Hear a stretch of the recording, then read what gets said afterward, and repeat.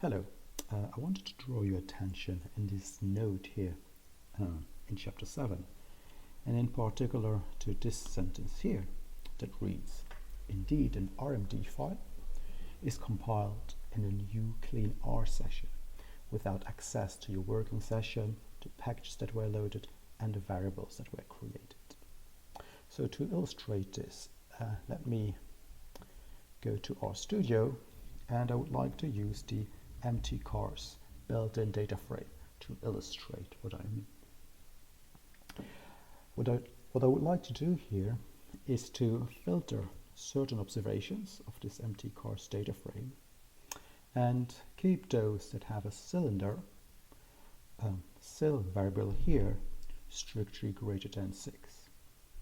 And so to do this I can use the dplyr package, and I'm going to load not dplyr here, but the tidyverse package that gives me access to dplyr and several other packages that I need.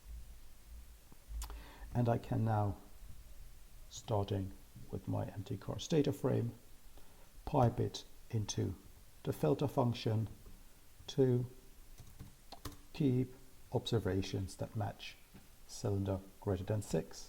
And here I can see that have 14 observations. Let's now try to do the same thing in an R Markdown file. So I'm going to create a new file, a new R Markdown file. I'm going to call it test, and I'm going to delete everything but the header.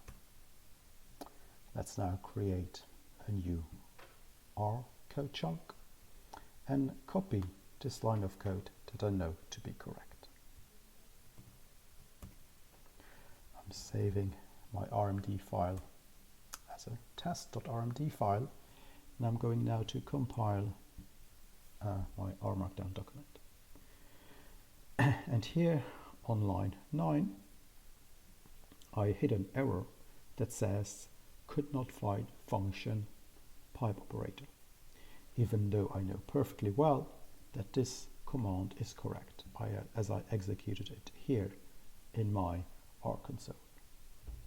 It is correct indeed, but what is missing in my R Markdown file is the command here that loads the tidyverse package.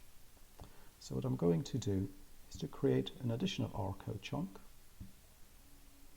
where I'm going to load the tidyverse and any other packages that I would need thereafter, so that in any code chunk later on I will be guaranteed to have access to the functions that I need.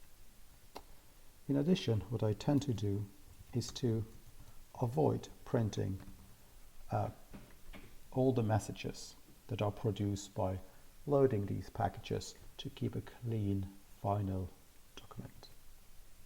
So let's try again to compile the R Markdown into HTML, and I have now a success.